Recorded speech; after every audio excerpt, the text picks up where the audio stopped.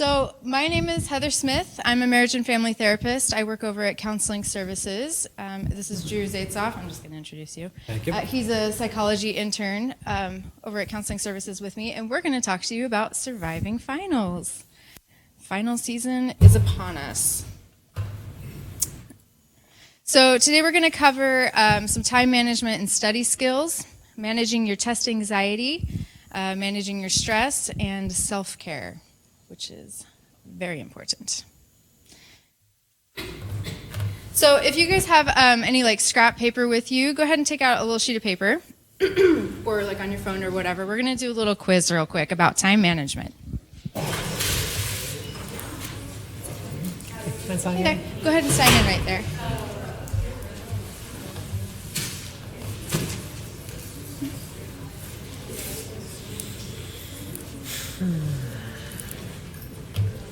Okay, so I want you guys to answer yes or no to these following questions. So question number 1, have you estimated how many hours you need to study this semester?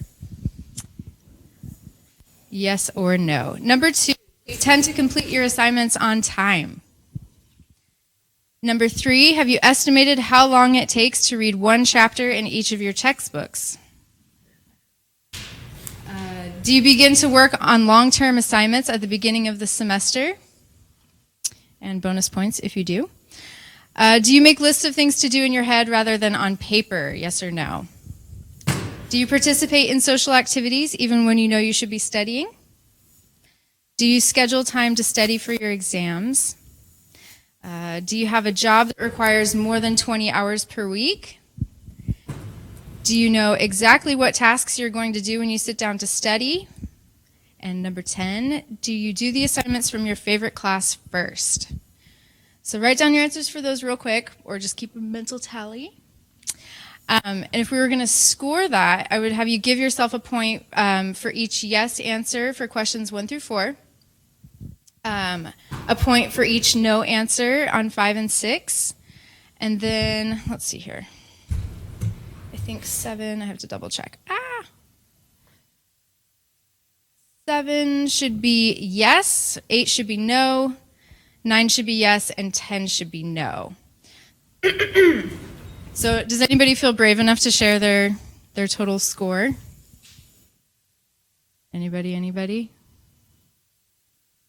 I was thinking through mine back in my undergrad years, and I think I would have gotten like a 4.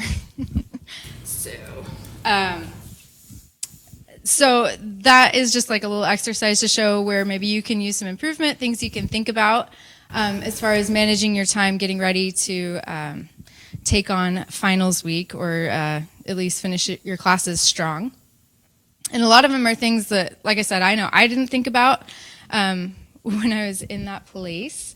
And so they're good for you guys to think about. So before we talk about managing your time, let's talk about what gets in the way of managing your time first. So I'm going to want you guys to participate so this isn't super boring. So can anybody tell me what you guys use to waste time or to procrastinate, avoid stuff you need to do? Who's got one? The internet, yes. All the cat videos, all of the things. What else? Your phone, yeah, definitely. Talking to everybody, looking around, yeah. What else? Any form of media. Anything and everything that isn't homework, basically, right? I know for me, I can always tell when I'm really busy or stressed because I will clean my apartment. My house will be spotless and nothing else will be done. So that's my way of kind of avoiding what I need to get done. So on the flip side of that, what helps you guys get motivated? What helps you focus? What helps you kind of tackle your to-do list? Anybody have any ideas? Yeah. Deadlines, yeah. A little pressure. Was there a hand back there? Or just a stretch? I know I like music. Do you have any, Drew?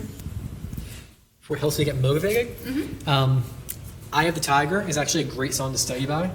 It's not always the best, but for me it helps get me psyched for actually accomplishing something. One thing I work well on is having lists. Like originally I started off with, this is my set of things that I need to do today. and that would usually get done.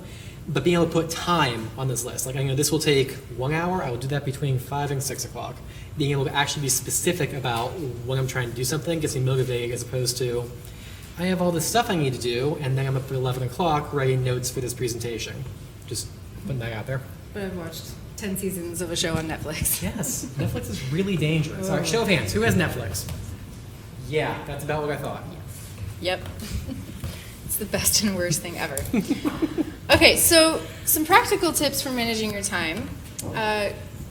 Kind of like what Drew was saying, it's really important, since I'm sure a lot of you are in all different sorts of classes, you probably have work or personal life stuff going on.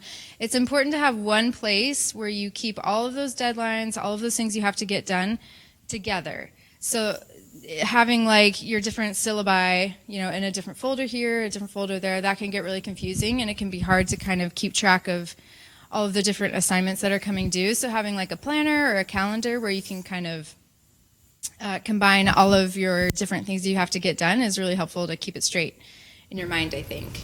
And it kind of similarly, it's really good or can be helpful to block out, like actually have a calendar and block out what's your class time, what's your work time, what's your free time, and to make sure you schedule in like downtime and time for socializing too. Let's see here. I'll skip over some of those, but I think one thing that's really important, because I know that this time of year we're all really busy, kind of overwhelmed, scheduling in time for like rewards or self-care, which we'll talk about later, can help you stay motivated and help keep you from getting burnt out. So it can just be little rewards as you go. I had a friend who, when she would study for finals, she'd put a gummy bear on every paragraph. And when she would read a paragraph, then she got a gummy bear.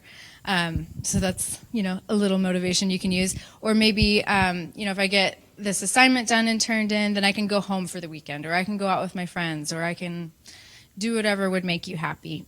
But on the flip side of that, it's also good to still be flexible and to adjust when you need to, because life happens and calendars don't always work. So, when we're trying to be most productive, I think the circumstances under which we study and prepare for these things really matter.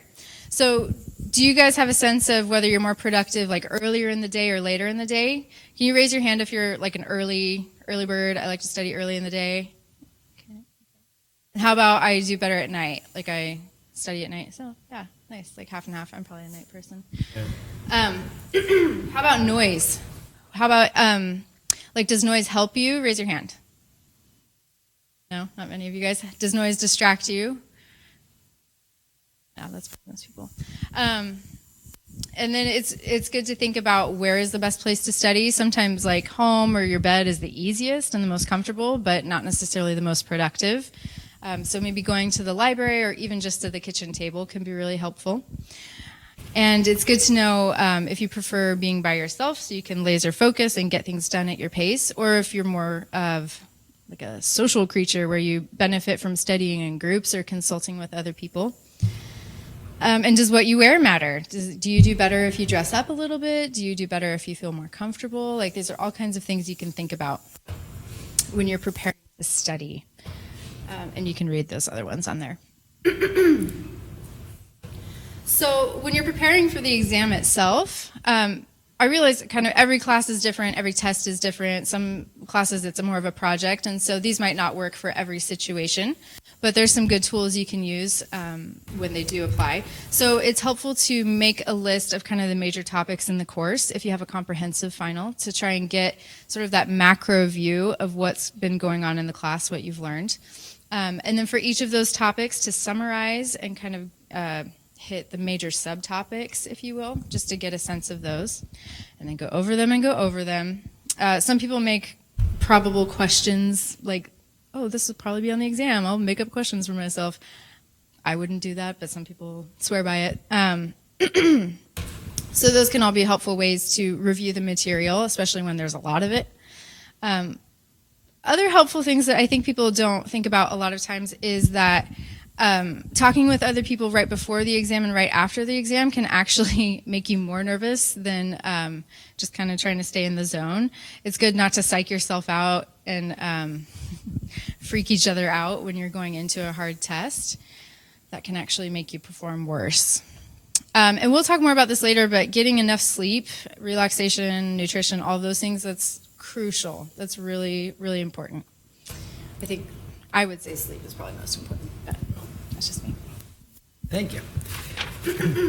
So, time management is what you do in the lead up to taking a test. And managing the anxiety from the test is what you're doing when you're in the room, when you're in that moment. So, to set the stage, what's some examples of the scariest final you've got coming up? Say what? Yeah. Human body. Okay. What's scary about that one? Okay. What's the other one? Yeah. The ones who show up halfway through after they started. Probably not doing yourself any favor showing up halfway through. Yeah. So, what I like to talk through here is talking about what test anxiety is, talking about positive affirmations and how to use them, and developing a self-talk plan. And later on down the line, we'll be talking through relaxation tips, including biofeedback, a technique we take from that. So, some fast facts about test anxiety. I do not believe that any of these will be a surprise to anyone here. First of all, getting anxious about school is generally causing people to do worse at school. No surprises there.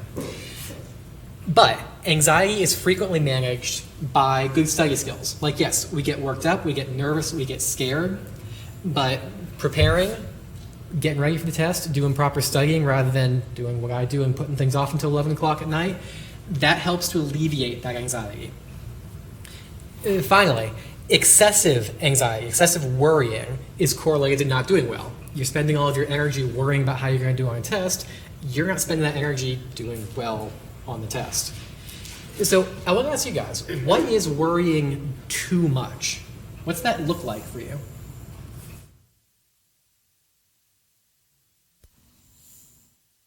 Yeah, Heather. Getting so nervous you forget everything that you studied. Mind going blank, yeah. Yeah. Studying to the point of actually getting a headache, yeah. Oof, you guys study harder than I do. Yeah. Associating test performance with self-worth. Okay, so if I'm not doing well in this test, I'm not a good person. Okay. No pressure. No pressure at all. Yeah, a little pressure. So this is a stress curve, and Heather's going to go into this in more detail down the line. But the idea here is that you've got the yellow section for good stress, the blue section for bad stress. And there is such a thing as good stress. It is what motivates us to do something. It's the idea of, if you knew you were going to win, would you even bother trying? Hopefully, yes. But it's knowing that, you're going to have to actually step up. You're going to have to study to do well on this test. That encourages you to do that studying. But there is a point past which it's a little more than you can handle. It's more stress than you've got the coping skills to deal with. It's more than you've got the energy to deal with. And that's when you start getting into feeling exhausted, getting those headaches, getting worn down and burned out. So one of the things I'm hoping y'all walk out here today with is an idea of how to stay in the yellow section of this chart. So take a look at this sad-looking kid here. You know you're going to fail, so why try? Why try? Yeah. How well do you think this kid's going to do if he's already assuming that he's failed this test?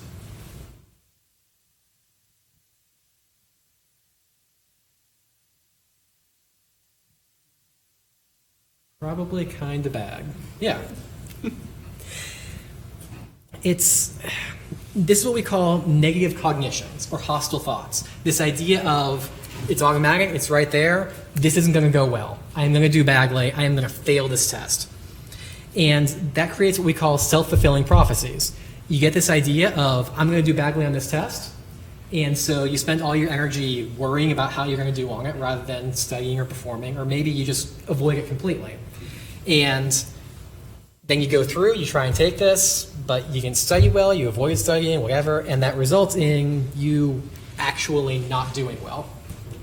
What are some other examples of hostile thoughts that you guys have heard other people saying walking out of one of those tests Heather was talking about? That you said to yourself. Tough crowd. Well, okay, I'm curious. Lady with the really good tasting NFL teams, what are some hostile thoughts you've had? Or that you've heard people having? About academics, performance, and how well people are doing in classes.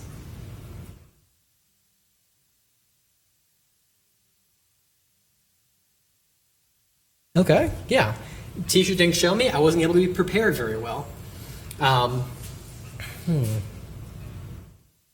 There's someone who brought up something about having it tied to your self-worth. Was that you or someone out there? I've seen people, if you don't feel like you did well on a test, internalize that as like, I'm stupid, I'm worthless, I'll never amount to anything, I'm a failure, I might as well drop out. Like, you can kind of like thought spiral pretty quickly if you're being really hard on yourself over a test. So it sounds like everybody's a little shy about sharing their own inner mean voice. But I know we all, I think, experience that at some point or another. Well, okay, easier one to ask. What do we do about countering these hostile thoughts, these negative cognitions?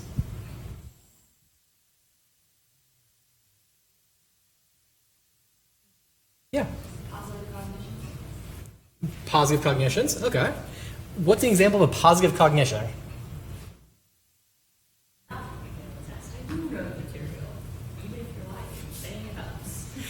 Well, to an extent, yes. Right up to that last part. Yeah, we've got positive affirmations. And positive affirmations are not just saying that everything is going to be great. Like if you are 20 minutes before the start of a final, you have not studied it all yet, there is no amount of yes you can that is going to make that test go well. But it is working to counter some of these negative thoughts that we're having. And it's the idea of keeping something that is talking about right now, it's positive, it's about you, and something that you can do to improve how you're seeing yourself.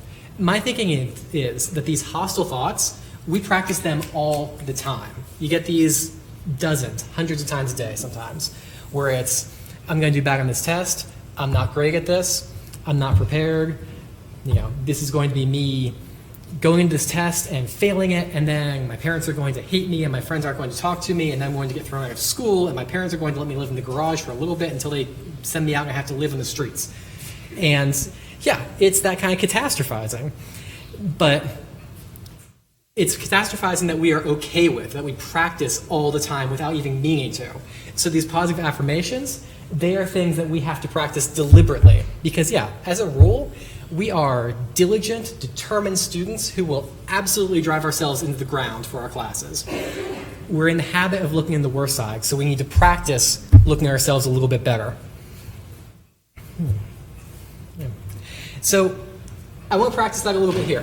We've got 3 statements, these quotes here, that are pretty hostile thoughts.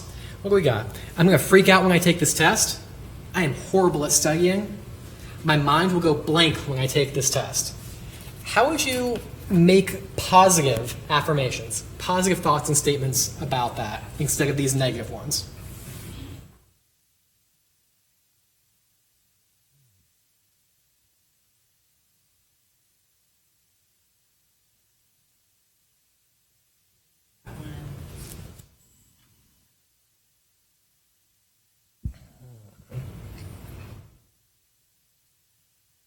Man, if I'd known, we would have done more. Yeah.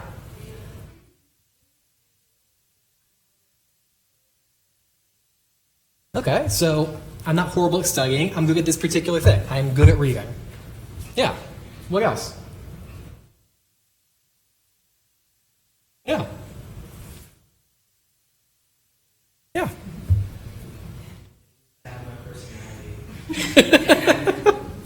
Yes, I have my personality, I have my good health. Maybe not quite as targeted as I'm looking for.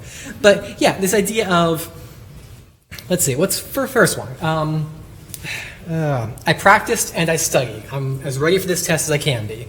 Or if I do freak out about this test, then I will use my calming skills. I will use the things that I've learned in this cat chat to help bring myself down.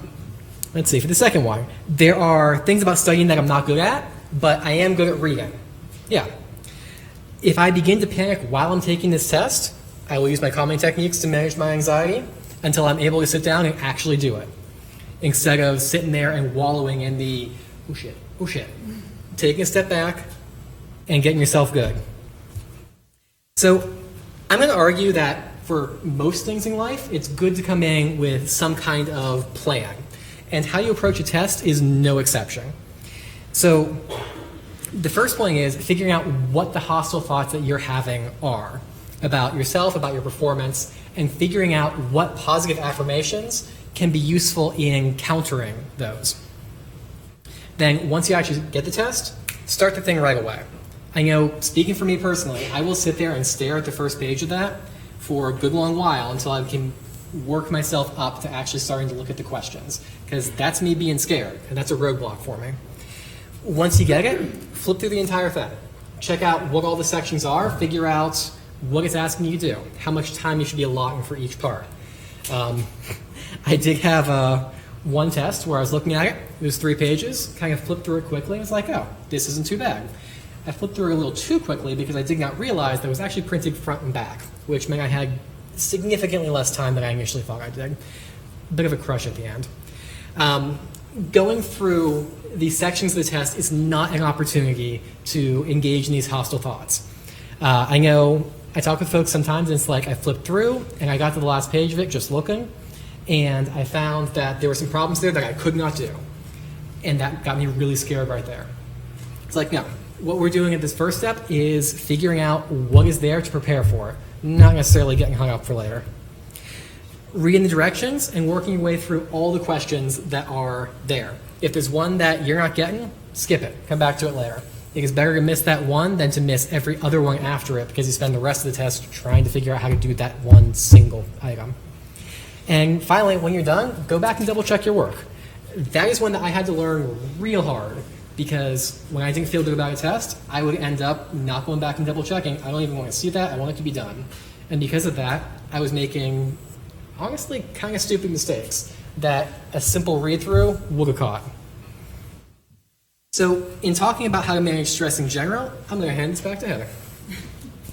Bam. Why, thank you. Certainly. I think a helpful piece of advice I've heard is if you wouldn't say it to a friend, don't say it to yourself. I think we're much nicer to other people and much harder on ourselves. And so, like Drew said, when you're taking a test or trying to work on a final project, that's not the time to start listing your every flaw and shortcoming. Trying to be kind to yourself, I think, goes a lot farther. So stress, I think we've all experienced stress, and if you haven't, good for you. That's weird. And I think probably everybody has a general idea like what it feels like, what makes you feel stressed, that kind of a thing. But I think sometimes we make the mistake of always thinking that stress is bad. And so kind of like what Drew was saying, there can be a lot of benefits to stress. Just like any other emotion, it can be trying to send you a message, trying to tell you maybe to prepare, or to that you're going to need to work hard, or you're going to need to kind of be on your A game for something. And in that sense, it can be useful. So here's another more detailed stress curve, kind of similar to what we saw before. And you'll see that here in the green zone, there is such a thing as too little stress. So sometimes the way that people react to feeling overwhelmed or worried about doing well at something is to just check out and give up, and I quit going to class, and I don't care, and I'm not going to do my assignments, and whatever, I'm just going to go party or play or watch Netflix and just blow everything off. And that's probably a little too small amount of stress, because then you're not getting done what you need to get done. But over here in the red zone, that's not helpful either. That's when you're so stressed out that you start experiencing what we talked about before, your mind going blank, physical symptoms, you're not sleeping, you're not eating, you hate everyone, you haven't seen your friends in a month. Like that's not a good, helpful place to be either. And then you stand a high chance of burning out. So you might either do poorly on your finals, or you might make it through that point and then crash and burn over the holidays and have to recover and do it all again when you come back. So the kind of ideal zone would be right there in the middle between like yellow and orange, I would say, or maybe more in the yellow zone, but where you're feeling the pressure, you're feeling stress, but it's motivating you. You're actually using that to be productive and to keep on top of everything you've got to do. So, once again, I think we're all kind of familiar with what stress feels like, but there are some very specific symptoms that come with it. So physically, you might notice like an upset stomach, muscle tension, headaches, sweating. Can you guys think of any other like physical symptoms of stress? Anything off the top of your head? Like when you feel worried or overwhelmed? Is that a hand or a scratch? I know for me, like my heartbeat will race. I'm trying to think what else. Yeah, I'll get like butterflies, racing thoughts sometimes, the opposite of your mind clearing. It's like too many thoughts. So emotionally, when someone's really stressed, maybe you're kind of irritable, you're getting in fights with people, or snapping at people. Maybe you feel really like down. Maybe you start getting into a funk where you're depressed, or you're really anxious, like everything's worrying you and you're like, I can't handle it. Mentally, obviously, it can interfere with your concentration. You can be consumed with worry. You can have trouble figuring out even what you need to do to tackle your to-do list. And sometimes for people, stress will show up in kind of roundabout ways, like maybe I'm drinking more, or I'm getting in a fight with my boyfriend or girlfriend more, or I'm not eating, or I'm eating like too much, or those sorts of things. Those can be signs of too much stress also.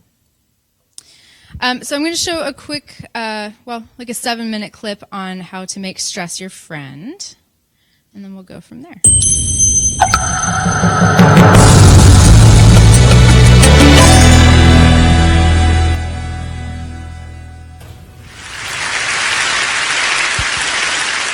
I have a confession to make. But first, I want you to make a little confession to me. In the past year, I want you to just raise your hand if you've experienced relatively little stress. Anyone? Mm-hmm. How about a moderate amount of stress? Who's experienced a lot of stress? Yeah, me too. But that is not my confession. My confession is this. I'm a health psychologist, and my mission is to help people be happier and healthier. But I fear that something I've been teaching for the last 10 years is doing more harm than good. And it has to do with stress. For years, I've been telling people stress makes you sick. It increases the risk of everything from the common cold to cardiovascular disease. Basically, I've turned stress into the enemy. But I've changed my mind about stress. And today, I want to change yours. Let me start with the study that made me rethink my whole approach to stress. This study tracked 30,000 adults in the United States for 8 years. And they started by asking people, how much stress have you experienced in the last year? They also asked, do you believe that stress is harmful for your health? And then they used public death records to find out who died. Okay. Some bad news first. People who experienced a lot of stress in the previous year had a 43% increased risk of dying. But that was only true for the people who also believed that stress is harmful for your health. People who experienced a lot of stress but did not view stress as harmful were no more likely to die. In fact, they had the lowest risk of dying of anyone in the study, including people who had relatively little stress. Now, the researchers estimated that over the 8 years they were tracking deaths, 182,000 Americans died prematurely, not from stress, but from the belief that stress is bad for you. That is over 20,000 deaths a year. Now, if that estimate is correct, that would make believing stress is bad for you the 15th largest cause of death in the United States last year, killing more people than skin cancer, HIV, AIDS, and homicide. You can see why this study freaked me out. Here I've been spending so much energy telling people stress is bad for your health. So this study got me wondering, can changing how you think about stress make you healthier? And here the science says yes. When you change your mind about stress, you can change your body's response to stress. Now, to explain how this works, I want you all to pretend that you are participants in a study designed to stress you out. It's called the social stress test. You come into the laboratory and you're told you have to give a 5-minute impromptu speech on your personal weaknesses to a panel of expert evaluators sitting right in front of you. And to make sure you feel the pressure, there are bright lights and a camera in your face, kind of like this.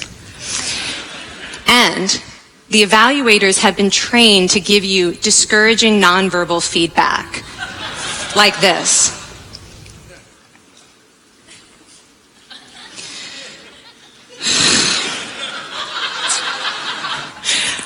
Now that you're sufficiently demoralized, time for part 2, a math test. And unbeknownst to you, the experimenter has been trained to harass you during it. Now, we're going to all do this together. It's going to be fun. For me. Okay. I want you all to count backwards from 996 in increments of 7. You're going to do this out loud as fast as you can, starting with 996. Go. Go faster. Faster, please. You're going too slow. Stop, stop, stop, stop. That guy made a mistake. We're going to have to start all over again. You're not very good at this, are you? Okay, so you get the idea. Now, if you were actually in this study, you'd probably be a little stressed out. Your heart might be pounding. You might be breathing faster, maybe breaking out into a sweat. And normally we interpret these physical changes as anxiety or signs that we aren't coping very well with the pressure. But what if you viewed them instead as signs that your body was energized, was preparing you to meet this challenge? Now that is exactly what participants were told in a study conducted at Harvard University. Before they went through the social stress test, they were taught to rethink their stress response as helpful. That pounding heart is preparing you for action. If you're breathing faster, it's no problem. It's getting more oxygen to your brain. And participants who learned to view the stress response as helpful for their performance, well, they were less stressed out, less anxious, more confident. But the most fascinating finding to me was how their physical stress response changed. Now, in a typical stress response, your heart rate goes up and your blood vessels constrict like this. And this is one of the reasons that chronic stress is sometimes associated with cardiovascular disease. It's not really healthy to be in this state all the time. But in the study, when participants viewed their stress response as helpful, their blood vessels stayed relaxed like this. Their heart was still pounding, but this is a much healthier cardiovascular profile. It actually looks a lot like what happens in moments of joy and courage. Over a lifetime of stressful experiences, this one biological change could be the difference between a stress-induced heart attack at age 50 and living well into your 90s. And this is really what the new science of stress reveals, that how you think about stress matters. So my goal as a health psychologist has changed. I no longer want to get rid of your stress. I want to make you better at stress. And we just did a little intervention.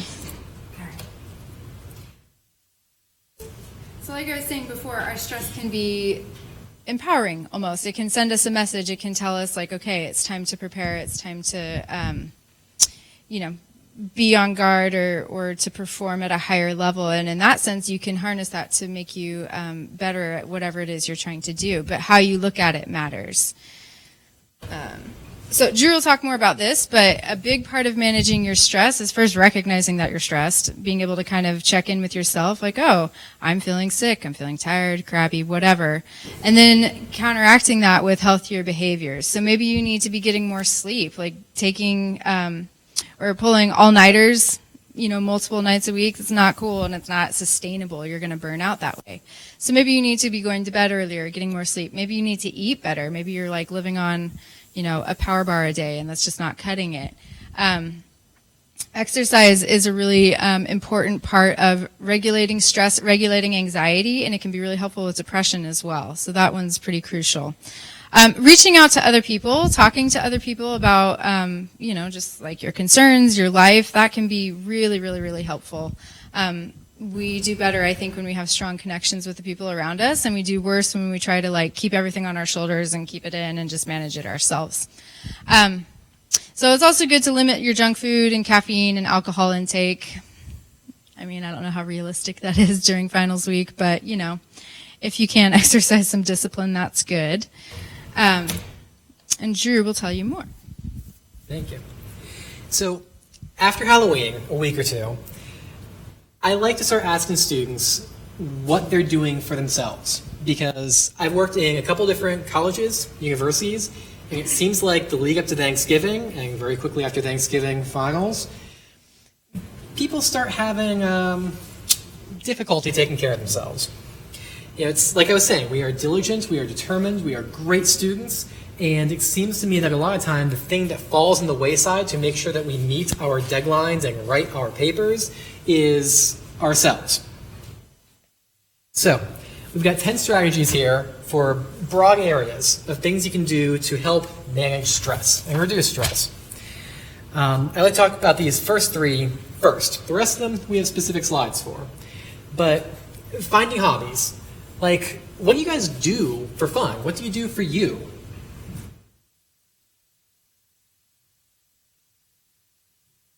Does anybody like sports? Okay, we got at least one we're all staying here. That's good. That's good. I don't know. Anybody play Xbox, PlayStation? Couple. Nice. All right. People after my own heart. Music? Anybody play a musical instrument? Like listening to music? That Yeah. would be a really, really good way to do that. So the thing with these hobbies is they are opportunities for us to do something that is not schoolwork, but at the same time, also giving yourself successes. It's like if you have okay, I'm not a music person, so please forgive me if I mangle any of this.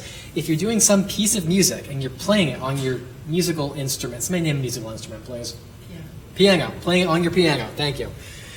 Then you've got this opportunity to create something, and you go through it, you hit all the notes, you do it right, and by the end of it, you've done something good. You've gained yourself a success, and that's about you. It's not about the class.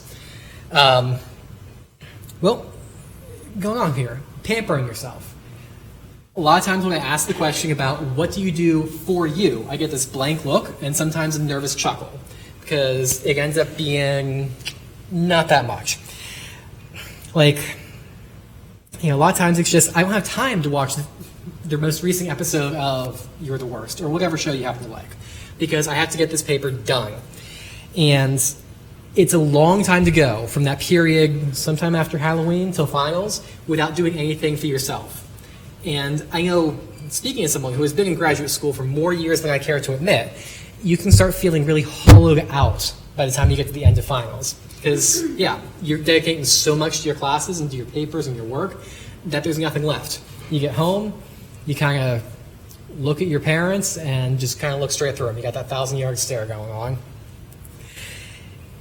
Last part here is keeping your mind sharp. Okay, great. You have spent a while doing your OChem homework. You can recite all those facts. You've got that down pat.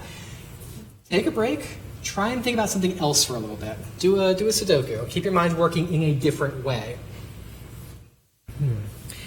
So, ways to approach self-care.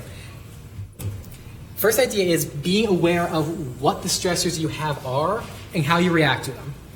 A lot of times when I talk to people, it's, I've got a final coming up. I've got this paper. We know that the stress is there, but tend to blow off what we are reacting to about it, or how we are reacting to it. So I've got this paper, and it's like this 30-page paper, and it's due in 3 days. It's okay. I'll make sure it gets done. Yes, I don't doubt that it's going to get done, but how is that hurting you? Are you losing sleep? When was the last time you actually ate a real meal? When was the last time you talked to another human being in person? Those are things that tend to fall by the wayside and things that people tend not to think about when they are. So recognizing what you can change. We've all got finals. Yeah, chances are good we're not getting out of the finals. But you can change how you're going about studying for them, how you're preparing for them. Reducing the intensity of your emotional reactions to stress. This gets into the idea of this fight or flight. Well, we will go into some techniques on how to manage this in a bit, but we start feeling anxious. I know for myself, I start getting tense, I start thinking really quickly, I start getting keyed up and nervous. That's how it comes across for me. The physical reactions. For myself, my hands get cold, and that's that same stress flight reaction of blood is pulling away from my limbs into my core to help me get ready to run or fight off a tiger or whatever. Hopefully no actual tigers. The thing with our bodies is that they are incredible pieces of biology. Like, they're really fantastic. They're also really kind of dumb. Like, if you've got a zebra out there doing zebra things, having stripes, it sees a lion, it gets stressed out by that. It runs away, it fights it off, that stress goes away. And the zebra's pretty chill after that. Human beings do not do that. Human beings have one setting. We have cool and we have stressed out. There's no moderate point in that. And while the zebra has this very clear, I'm going to get eaten by a lion or not situation, humans have a lot more going on. We worry about our coursework. We worry about paying rent. We worry about our relationships and whatever else you can think of.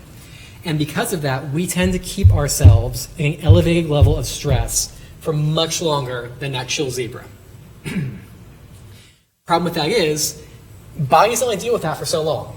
And at some point, you hit that red section in Heather's stress curve where it's more than you were able to cope with, and you start to burn out. Your immune system weakens, you start thinking slower, you just don't function as well. So, last point in this approaching self-care is this idea of finding someone who can be a support to you. That can be your parents, that can be your friends, that can be a counselor. Heather and I are counselors, we work at counseling services. The idea is that a lot of the times we're getting stressed out, we pull inside ourselves, we pull in. And you get this idea that, yeah, this class is bad, this paper is hard to write, it's only me. Everything is about me here. And that's not the case. Everybody in this room is going through some kind of stress. We all have papers, we all have presentations, we all have tests. But it can be really hard to see that when we've got that stress turning our focus into ourselves. Talking to other people reminds us that it's not just us. The whole world has a lot going on, is stressed, but it is stress that we are sharing with each other rather than experiencing alone. So, sleep hygiene. I'm looking for a survey here. Who gets more than 5 hours of sleep at night? Okay. More than 6? Still good. More than 7? 8? I'll put my hand down there. Okay. Dare I ask about 9? You win. Okay. Good on you. So, sleep is really important to our health in general. Like, I don't think I have to tell you guys that if you do not sleep well, you do not think well, you do not feel well. And there's a number of things you can do to help get yourself good sleep. First off is actually getting some exercise. Research has shown that if you wear yourself down a little bit, going for a jog, doing whatever your exercise routine is, it helps you to feel more tired and more ready for sleep when you do get ready, when you do get to the point of going to bed. I just lost my screen. Well, so eating properly. And we all know, we've got the food pyramid, we've got the food plate, eating 3 meals a day. Another important point with this is avoiding snacking, and specifically avoiding snacking at night. You figure digestion is your body's way of getting energy. So if you go and have a snack right before you get to bed, it's going to be that much harder to go to sleep if your body is also providing you with that much more energy as you are trying to get to sleep. Caffeine consumption. I've heard different numbers about how early in the day you should try and keep away from caffeine. What I've heard tends to sit between 6 and 8 hours before you want to go to sleep. The idea is you're looking to get to sleep, you've got all this energy from caffeine, so you need to give that caffeine time to work its way through your system and back out. And because of that, I know I am guilty of a late night tea That's a really bad idea. I had to go out and buy myself some decaf tea because I could keep myself up easily way past when I wanted to. I know we've got Rodinas and Starbucks, and they make a lot of money off of our bad sleep habits. It's true. Other point here is developing a ritual for your bedtime, whether that's figuring out what outfit you want to wear for the next day or brushing your teeth. Our bodies tend to recognize habits. And if you can get to the point of recognizing the habit of I brush my teeth and I figure out what I'm going to wear tomorrow and I put my book bag by the door, means it's time to get to sleep, your body starts gearing towards going to sleep at that point.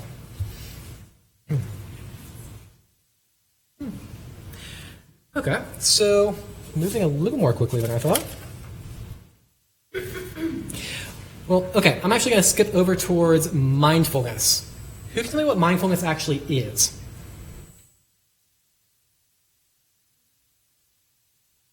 Okay. Mindfulness is the idea of being present in the moment. Not just, sitting in your chair, listening to me talk, but sitting in your chair, feeling the chair under you, feeling the cold air over you, feeling the phone in your hands if you got a phone in your hands, as you do. It's being in touch with where you are right now. And part of that is a focus on what you're being rather than the thing that you are doing. A lot of times when you ask people what's going on with them, they will give you a list of verbs. They will tell you, I am walking somewhere, I am doing this, I am thinking about homework. The idea is to just be present. And I take it as one of the first steps to recognizing how you are in yourself. You recognize how you're feeling. Hello. And you can begin to do something about that. So meditation is a way to manage mindfulness. I know a lot of times I get the stereotypical idea of somebody sitting cross-legged on the floor, eyes closed, doing that as meditation. And it is. There's other ideas for it, though. Anything that you are doing that involves getting into the zone, into hitting that curve or that flow, is something that is giving you a meditative moment. When you are at a point when, you are challenged in what you're doing, but you're still hitting it and everything else is dropping away, that's a moment of meditation. So, one of the ideas that we use at counseling services is this psychophysiological technique called biofeedback. The idea with it is, like I was saying before, our bodies tend to react to stimuli. So we get stressed out, heart starts going, we start breathing more shortly, more shallowly, more quickly. And that's your body trying to get more oxygen into your blood. So one of the things we try and do there is play that backwards a little bit. Diaphragmatic breathing here, we've got the process of it, is taking a slow breath in, holding it once it's in, slow breath out, holding it once it's out. And what that's doing for you is compelling your body to slow down. Like I said, our bodies aren't that bright. And when your body realizes that I'm not breathing fast, the reaction is things must not be bad. The rest of your systems begin to come down too. Your heartbeat slows down. Your thoughts slow down. And I have actually had myself hooked up to the biofeedback monitors, and you can see yourself. You can see your heart rate. You can see your parasympathetic nervous system kick into gear as relaxation comes on. Last point I want to make on this is something Heather touched on, but is important enough that I want to mention again. Social support. There is scads of research out there that suggests that what you're doing in talking with other people about your problems does actually make it easier for you, and kind of reverse too. Being there for other people, for them to talk about their problems with you, also makes you feel better. It's the idea of this is a problem, but it's not just me. We are sharing this. So one of the things I've heard about with K-State is this idea of the K-State family. Like, we are a family, we're here for each other. And part of the idea is to take advantage of that where it is.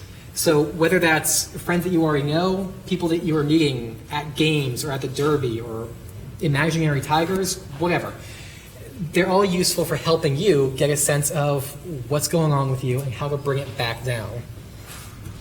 Oops. So, resources we've got here. Counseling Services has a website. On that website, we have academic anxiety and stress management web programs. These are video and worksheet series that you can go through at your own pace to help reinforce and practice some of the things that we have talked about here. I have done them myself. I actually kind of like them. Bonus points if you get to the point with prancercise. I don't know if that's actually a stress reliever, but it's pretty funny to watch. Also, we have the recordings of all of our previous cat chats, and as soon as it's processed, this one up on our website. So, I know you're all getting ready and reaching for the bags. What questions can we answer for you while you've got us still here?